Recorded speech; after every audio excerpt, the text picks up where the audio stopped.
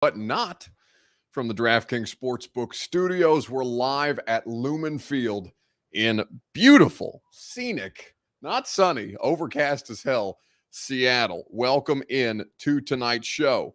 We're going to talk about, it's been a while since we've done one of these from an opposing press box, but it's wonderful to have the backdrop back. I know some of you are new to the proceedings around here, so we're looking forward to talking about this game. Fat Randy and the Titans upsetting Seattle and the Seahawks in their opening game, the first time that 68,000 plus people have piled into this stadium behind me since 2019. Tonight, we're going to talk about the game that was, the kicking game specifically, given that that's what won it for them. We'll talk about the issues that the Titans had early on, and we'll talk about how they pulled themselves out of it over the course of tonight's show. Before we get to all of this content, and you're going to hear from Randy Bullock, you'll hear from Julio Jones, and you'll hear from Sambrailo as well. I need you guys to share this show around on Facebook, YouTube, Twitter, and on Twitch. If you are hanging out with us on Twitter, like Brad Duff or the Mr. Goodbar, you can retweet this show in the bottom right-hand corner of your screen. If you're hanging out with us on Facebook, like Omar or Jeff Sawyer, you can share this show on Facebook Live. You can share now to public. That's in the bottom left-hand corner of your screen. And if you are hanging out on YouTube or on Twitch like Kazuma and John Bertotti, you can subscribe to the A to Z Sports channel, where you can get our live stream content 7 days a week, even on Sundays, from wherever the Titans play a game in the season, because you know that I'm going to be on the scene. And now that more of you are here, we got a jam-packed loaded show and a lot of stuff to get to. We can go ahead and begin officially. Welcome into A to Z Sports prime time on a Sunday night, not from the DraftKings Sportsbook studios. Instead, we're here live from Lumen Field. Proud as always to be presented to you by the fine folks at Two Rivers Ford. Since 1983, Two Rivers Ford has been delivering exceptional customer service and quality American-made Ford vehicles. Two Rivers Ford in Mount Juliet, or online at tworiversford.com. Kevo says, Buck, your tag is still on your jacket. No, buddy. This is my credential. This is to make sure that I can get around the building and make sure that everything is all right. And yeah, a lot of you guys are pointing out the tag on my coat. No, this is my working press credential for the Titans and the Seahawks. I always wear them on my wrist. That way I don't lose it. So yeah, it may look like the tag is still on the coat, but that means that your boy is credentialed. Flex on him, says Rashad. That's right, baby.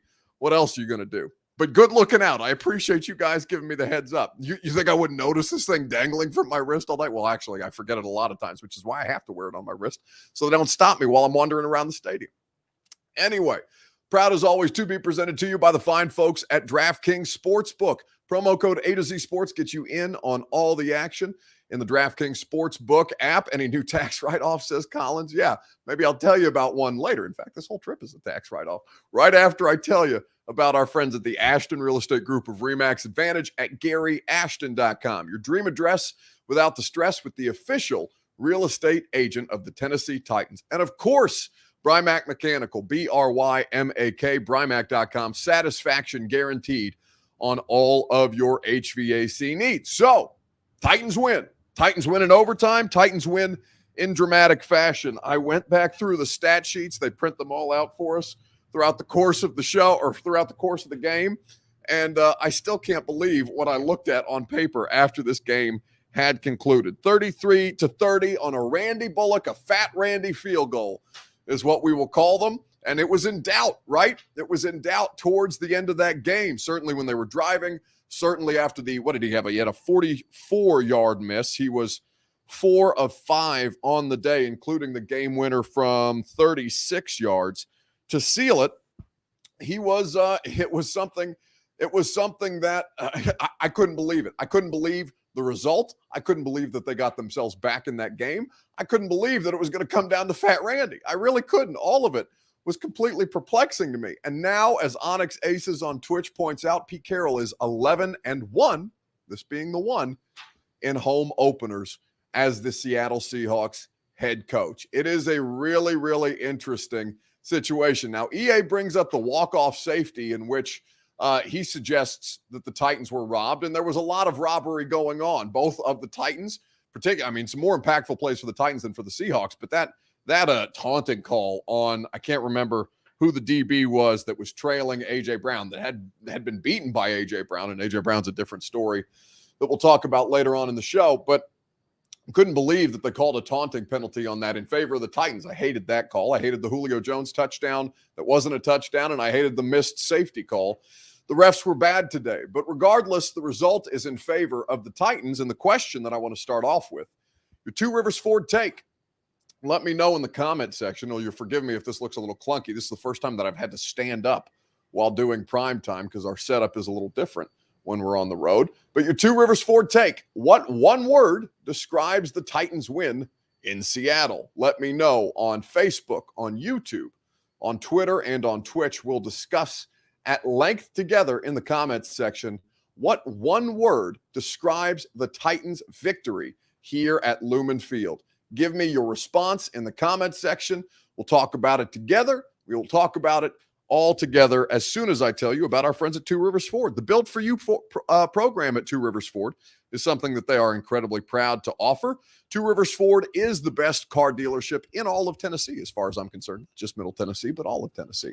But they also provide to you award-winning customer service. That's why with the Built For You program, if you don't find the car that you want on the lot when you visit them in Mount Juliet, you can order any model, any color, any customization that you want, and Two Rivers Ford will get that vehicle put together for you and deliver it to your door. It's one of the many things that makes Two Rivers Ford an exceptional, not even an exceptional, but the best car buying experience in all of Tennessee. Two Rivers Ford in Mount Juliet, or do your window shopping online at tworiversford.com. So what one word describes this victory today for the Titans? Grinding, says Jeremy Graham on Facebook. It was indeed that. Tina Riddle just says, damn, all caps. And there was a lot of that as well, I can tell you. Antonio Collier says, needed. Chris Frazier tries to make tighten up one word. Chris, we will not accept that because it is in fact two, and I will not allow your grammatical incorrectness, which I don't even think is a correct word. Incorrectness? I don't know. Either way, one word, Chris, to describe the Titans win. Matt M. Bassinus or Backinus? Either way, Matt on Facebook says, Pruitt, Michael Pruitt, the Duke of Nashville. Indeed, he had a big game. I did not think that Michael Pruitt would be among the game-changing participants in the proceedings on the field behind me, but indeed he was, to really get that team some juice, right? There was forward momentum because of a lot of plays and a lot of penalties that Michael Pruitt drew against the Seahawks, which was a big part of that. Philan says, amazing relief for Jason Lampkins. And Tristan Claiborne says, electric. You know what my one word is? My one word is fat. And it's only fat because it can't be two words, because otherwise I'd break the rules of my own game. My one word is fat, because Fat Randy hit the game-winning field goal. How's that feel, and what was kind of your emotions when it went through? It's been great. It's been a crazy week just to kind of get here and get acclimated. But to be able to cap it off like that, and have the locker room going wild and crazy after kind of last week and everything, it's been a lot of fun just being here. So that was Randy Bullock earlier, not 20 minutes ago. I just pulled that video off my phone from the locker room availability. We shot it over to producer Reed. He put it together, and we have that available for you on the Primetime Show. It's a new feature since we didn't used to have video available to us on the road. Now we can utilize that unique tool. But that's Fat Randy Bullock, the Titans' new kicker, who was on the practice squad and was brought in this week. He was 4 of 5 on the day, did not miss an extra point, and was really, really strong throughout the course of that game. Now, ultimately, Randy Bullock is going to be the Titans kicker moving forward. And he's not perfect. He's been a lot of different places in the NFL. And Mike Vrabel said he was happy for him, but he said it was kind of like, when the first time, and I don't relate to this because I don't have kids, but Mike Vrabel said it was like the first time you put your kids in a car to like go hang out with their friends without adult supervision. He said, it's a Jesus take the wheel type situation when you're driving and you're setting up your kicker for a field goal, especially when Mike Vrabel has pointed out to us before that they have literally had 11 kickers throughout the course of at least 2 years. Well, I guess, 2 years. No, now 3 years, including 2021. 3 years since 2019, the Titans have had 11 kickers, including my man Randy, who hit the game winner today. Only dad bods for kickers from now on, says Twin Nuba 2 on Twitch. Brandon Roberts says it should have never came down to a kick. Walk-off safety would have and should have been the more epic finish. Horrible. Yeah, the officiating was bad today, Brandon. But listen, here's what I'll say to you, because even though it wasn't the more epic finish, I don't know how you could call what took place on that field behind me. I don't know how you could call that anything but epic, regardless of whether it was a walk-off safety or a game-winning kick. I thought that Randy Bullock in the clutch came through multiple times. Hell, he was the reason that the Titans were in that game at all, because it reminded me, honestly, and this game last year didn't go to overtime, but the Minnesota Vikings game in week 3, right, where Stephen Gostkowski has had all manner of problems through the first couple of weeks, Denver specifically in week 1, and then Jacksonville in week 2. He didn't look great. And so they go to Minnesota in week 3 last year, right? And by the grace of Stephen Gostkowski's foot, were they only able to find their way back into that game. That's what this game reminded me a lot of. Now, this was a lot more exciting. This was the first time that I've been to Seattle, and even through, these are glass doors, glass windows, thick glass windows that I am sitting behind when I'm in the press box. I mean, the environment was insane. You could hear it. The stadium shook when they hit Tyler Lockett for that, what was it, a 68-yard touchdown, I believe? One of many long touchdowns. That was a 63-yard touchdown in the second quarter, according to my handy-standy stat sheet. 63-yard touchdown in the second quarter, and 68,000 plus shook this building, so much so that I heard it through the walls and the glass in the stadium. But it was an epic comeback. Coming back 24 points. So 24-9 was the margin for the Seahawks, I believe, at halftime. If that was, 24-9 at halftime, because Chris Carson hit the 1-yard touchdown run after Ryan Tannehill after Ryan Tannehill got strip sacked. That's his third turnover in now 2 games, whereas he only lost one fumble all of last season.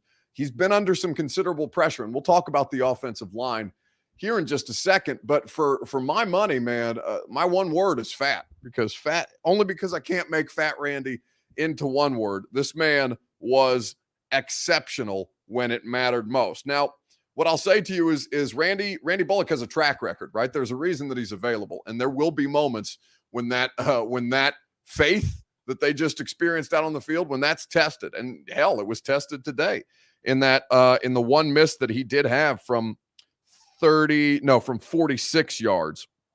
The game winner was from 36 yards. His miss was from 44.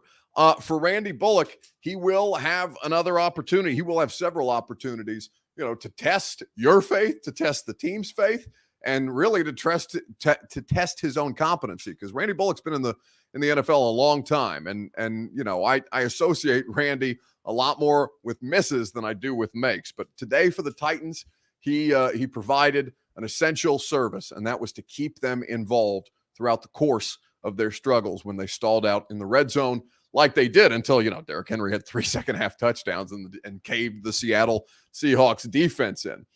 Jesse Bailey says he would like to take a minute to realize at the halftime vote of our faith in Titans winning, and I said 8. Oh, so you're talking. So I guess they did this on on Austin and Zach's halftime show. Jesse says, I would like to take a minute to realize at the halftime vote of our faith in Titans winning. I said an 8, and no one else says under a 5, including Zach and Austin. Tighten up, faithfully, believer for life, no fair weather fan here. Well, Jesse, it's not even about fair weather, buddy. They sucked. They sucked last week, and they sucked for a good portion of this first half. A.J. Brown did not have a good day. The margin of victory, the missed opportunities that he had specifically, I think I had him at 4 drops, and ultimately ending up with, let me check his receiving total. He caught 3 passes was targeted 9 times. So he dropped 6 balls, 3 catches for 43 yards, and it should have been exponentially more. Now, it's funny that Derrick Henry caught as many as many passes as Julio Jones today, so they both tied for the lead as the receivers. Julio having a much larger receiving total, 6 catches for 128, but Derrick 6 catches for 55. They had a lot of missed opportunities. Listen, the offensive line was not good. Taylor Lewan got hurt in pregame. We still don't know what's happening with them. Mike Vrabel wouldn't comment on it, as is the custom with Mike. And Ty Sambrailo, who you'll hear from here in just a second, handled all these things well. But what one word describes this victory for the Titans? They're first on the season against the Seahawks are a very, very capable and competent team.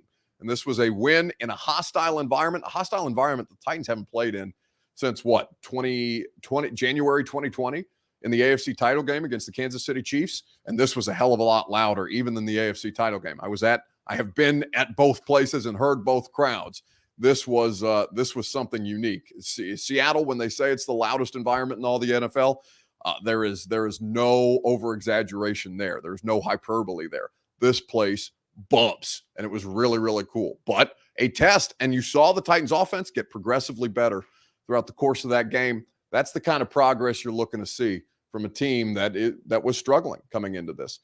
Josh says his one word is resilience, and we'll get back to that here in just a second, right after I tell you about DraftKings Sportsbook. Promo code A2Z Sports is how you get in on all the action, all kinds of profit boosts and odds bonuses the DraftKings Sportsbook offers. Make sure you use that promo code A2Z Sports. That's ATOZ Sports in the DraftKings Sportsbook app, and they'll hook you up, whether it be college football, the NFL, the MLB postseason is getting ready to be upon us. All manner of prop bets in games.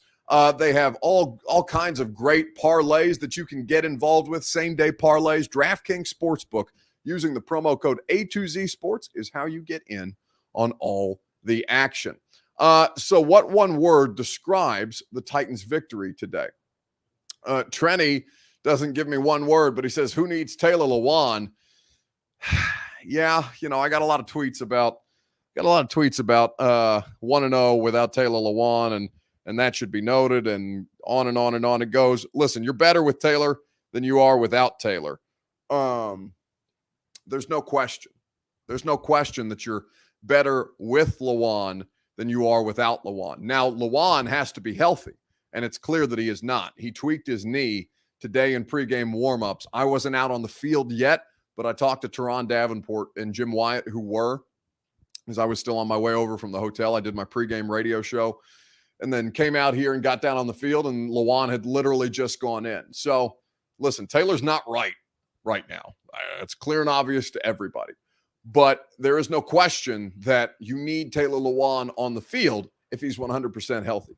If he's not 100%, and even if he's not 100% healthy, even if Taylor Lewan is 80% of Taylor Lewan, even if he's 75% of Taylor Lewan, he's one of the better left tackles in the NFL. He's not Joe Thomas. He's not Trent Williams. He's not, who's another great left tackle in football right now that's paid like it? I don't have one off the top of my head to pull from, but he's not one of these all-pro caliber guys, but he's still top 10, top 15, and that's more than you can say about Ty Sambrailo, who played admirably today, but just doesn't have the physical talent that Lewan does. So who needs Taylor Lewan? You need Taylor Lewan. And but you need Taylor Lewan to get right before he can be of real value to you out on the field today or moving forward into the future. What one word? Tyron Smith is another one, says Eli. Is that a Barber jacket, says Evan C. White? I don't know what brand it is that I'm wearing today, but I know that it's nice and I know that it's comfortable. I know it's warm because it's pretty chilly in Seattle.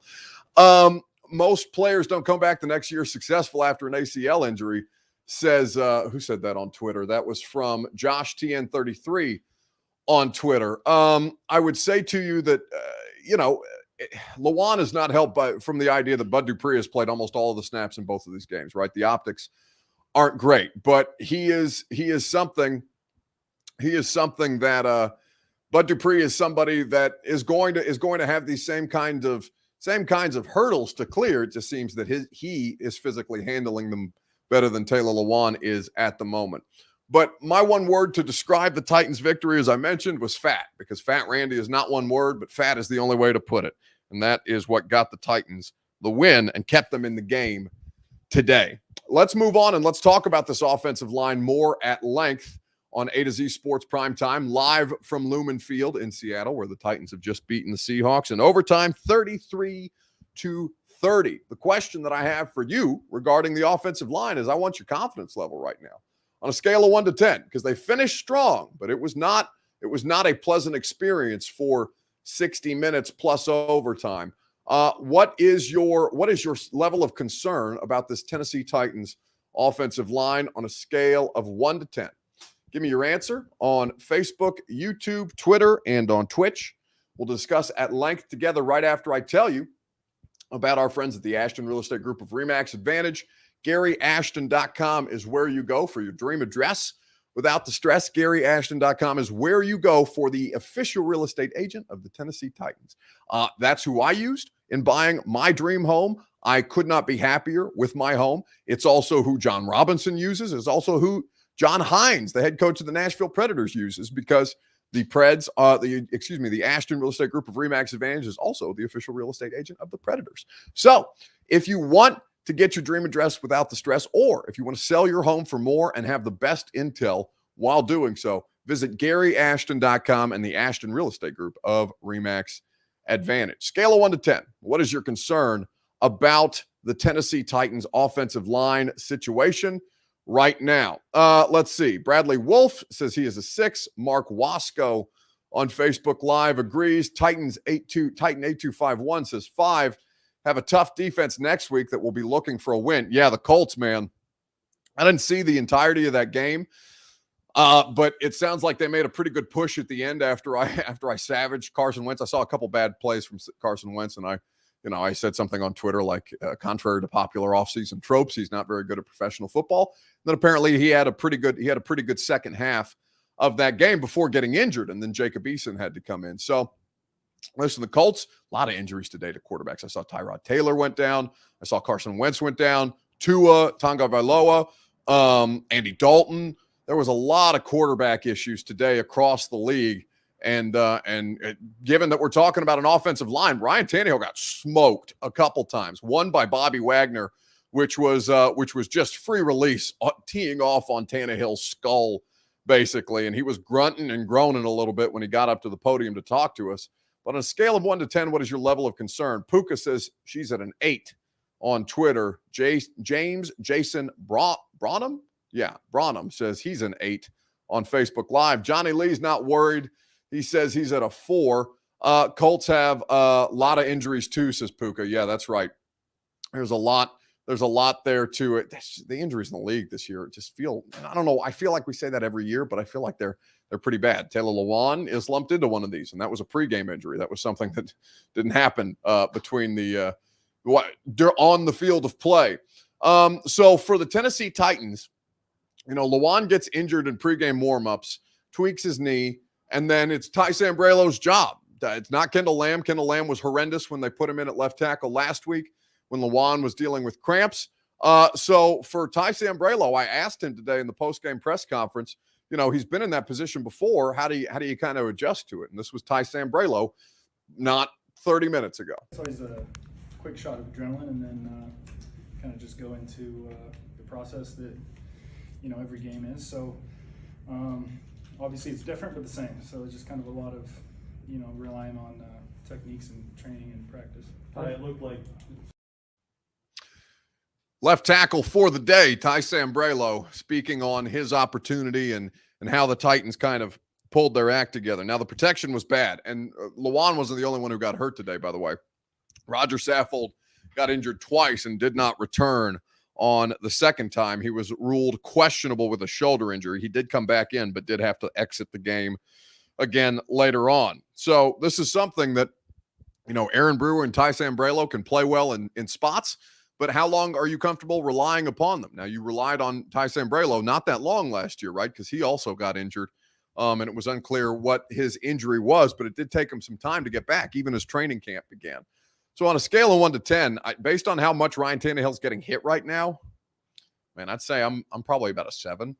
I say I'm sitting here at about a 7 right now with my confidence level, or my concern level rather, about the Tennessee Titans offensive line. It's a problem, and it needs to be addressed. I thought the play calling was a lot better tonight, or this afternoon, I guess night in Nashville, as it's what is it, after 9 o'clock there? I'm on Pacific time. I'm like disoriented by being on the West Coast like this. I love it for the purposes of sports because football started at 10 a.m. today, but for prime time, I'm like out of whack. With the play calling, I thought they got better. I thought they adjusted to the issues that they had up front. Even though it wasn't perfect, they found ways to get through. On a scale of 1 to 10, my concern level is a 7 about the Tennessee Titans offensive line situation. It's problematic right now. And we will see. Again, we won't know what happened with Taylor Lewan because Mike Vrabel's going to tell us. And I shot a few texts out pregame to see what was going on, and nobody was really willing to speak on the situation. Now, I don't know that he had undergone medical evaluation by then.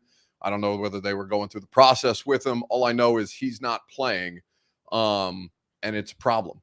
It's going to be a problem if he's not healthy down the stretch, because as good as Sambrailo and Quessenberry were as fill-ins last year, there's no question that Taylor Lewan is better in pass protection than either of those two. He's more capable of handling, even though last week went the way it did. And I know a lot of people are going to throw Chandler Jones in his face about it.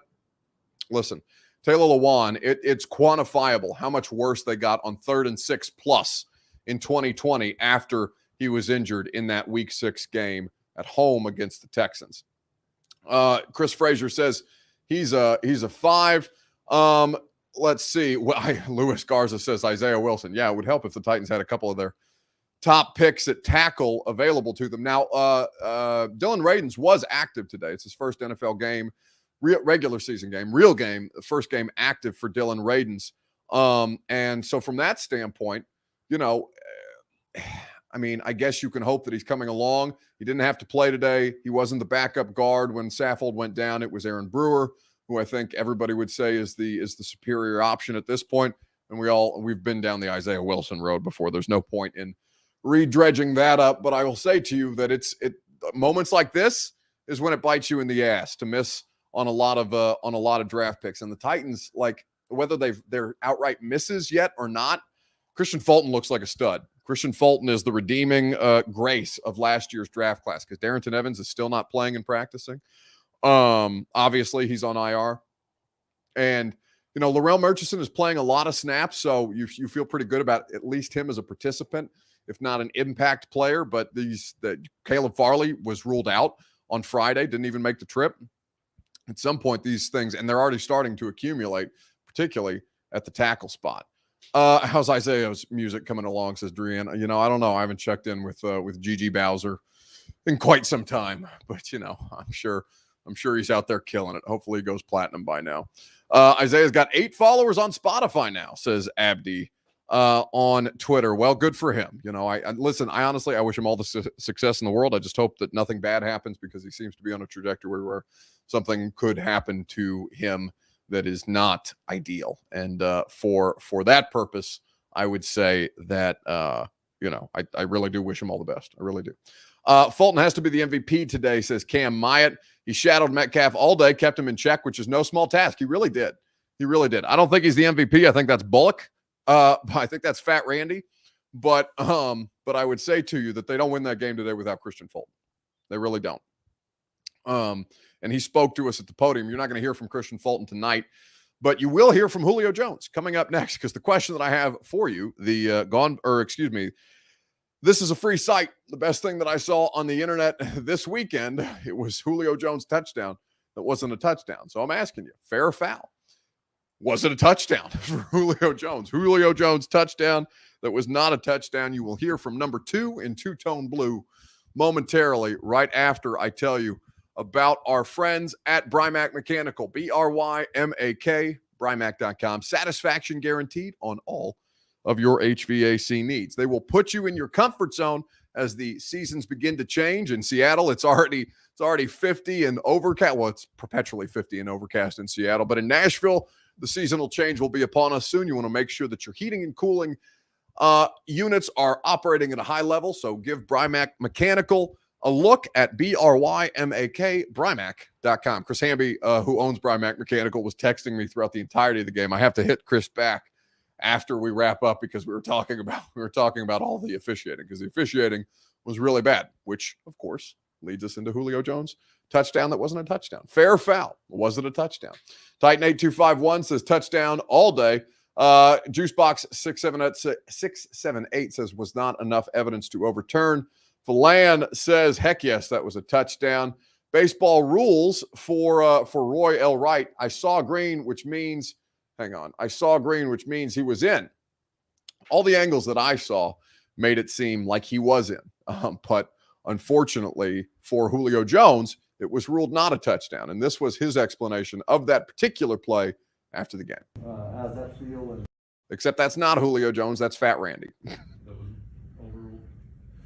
No, I mean, I control what I can control, right? So, whatever they ruled it, they said it was wasn't a touchdown. So, my mindset and mentality is just get the next play. We just got to go out there and play ball. Did you take a peek or ever see a replay or a picture of it? Oh yeah, the guys I just saw it, but I felt like I was in once I caught the ball, because I looked down, caught the ball, secured the catch, 1 foot down, 2nd foot down, and I felt like I scored, but I mean, that's not my place to do their job. That's their job. They're professionals at what they do. And they try to make every call the best judgment they can do. Like I said, it's not my job to go out there and officiate the game. That's Julio Jones talking about the touchdown that was overturned. He said he thought he was in. He even had the presence of mind to catch the ball, secure the catch, look down, 2 feet in, touchdown. But, Mike Vrabel talked about this after the game as well in his post-game media availability, and basically said, listen, they've got a new officiating ahead of officiating. There's a handful of new refs out there. They make the call that they make, and it's bang, bang, and, their judgment is their judgment. And we have to go by that. And as Julio Jones put it in his own words, you control what you can control. And that is indeed outside of his control. But, as far as I'm concerned, I really thought it was a touchdown. We watched millions of replays in the press box up here. I've looked at the play a million times over on my phone. I saw the screenshots of his heel down and not hitting the white, even though it's right there. So close. I just don't understand how the internet can do the referee's job better than the referees can when all of the replay is available to them in real time. Now, I know there's a lot of pressure, and I know you're dealing with a hostile environment here in Seattle, but, ultimately your task is to get it right. And today, the Titans weren't going to say it, because that comes with fines and all kinds of issues when you publicly criticize the officiating. But it's clear they thought it was a touchdown too. So, it's not the Des Bryant catch or a non-catch from a couple of years ago in the playoffs. I think that was either against the Lions or the Packers. I can't remember off the top of my head. It's been a couple of years. But apparently we're still trying to figure out what the hell a catch is. And according to the officiating crew today, that was not a touchdown catch. So I thought it was fair, but the officiating thought it was foul, and such. It was removed from the score. That was a touchdown, says Matt S. Ravens just scored, says Brad Lifford. Yeah, I don't have Sunday Night Football on right now. The TVs are behind me, not in front of me. So I figure I better focus on the show, since it's going to be a later one, or it has been a later one, and we're going to keep it pretty brief to get you guys back to Sunday Night Football. But yeah, it was fair. It was fair to me. I thought it was a touchdown, but I'm not the one calling the game, because if I was calling the game, Titans wouldn't have got that call, not on A.J. Brown, but the defender who was on A.J. Brown, that had clearly beat him down the field, and then there was a taunting flag thrown after the fact in a high-leverage situation. It was just dumb. Bookie Fresh wants to know, how was Seattle? Man, Seattle's cool. I couldn't live here because the weather is something else. The weather is something else. But I'm gonna be here tomorrow. I'm gonna do radio from Seattle tomorrow. I'm just gonna do it in my hotel room from 10 to 1 on 104.5 The Zone. We're gonna break it all down. We're gonna take your calls. But Seattle's incredible. The food was great. The people were fantastic. This stadium is badass. It was all such a great experience, and I'm happy. Listen, this is the first time that I've been out on a road trip. Well, I went to Baltimore and Indy last year, but It's been a long time since we've done this on the road like normal. And man, I can't tell you how good it feels to be able to be back and be doing this the way that we have done this for quite some time. So enjoy the rest of your evening. Enjoy what remains of your weekend. Been great to see you guys. We'll be back tomorrow. Oh, by the way, tomorrow's primetime show, because my flight home interrupts the primetime schedule. Tomorrow's primetime show is going to be at 4:30 Central Time, 4:30 p.m. Central Time. We had to move it up because my flight's later in the evening tomorrow to get home. I'm having to stay here and do radio. There was the option to get a red eye back, but then I was scared I was going to miss radio tomorrow morning because my flight was supposed to land at 9:54 and my radio show starts at 10. So prime time will be earlier tomorrow and then back to the normal schedule as we do Sunday to Thursday night at 8 p.m. Central Time, or when there's a late game, thereabouts.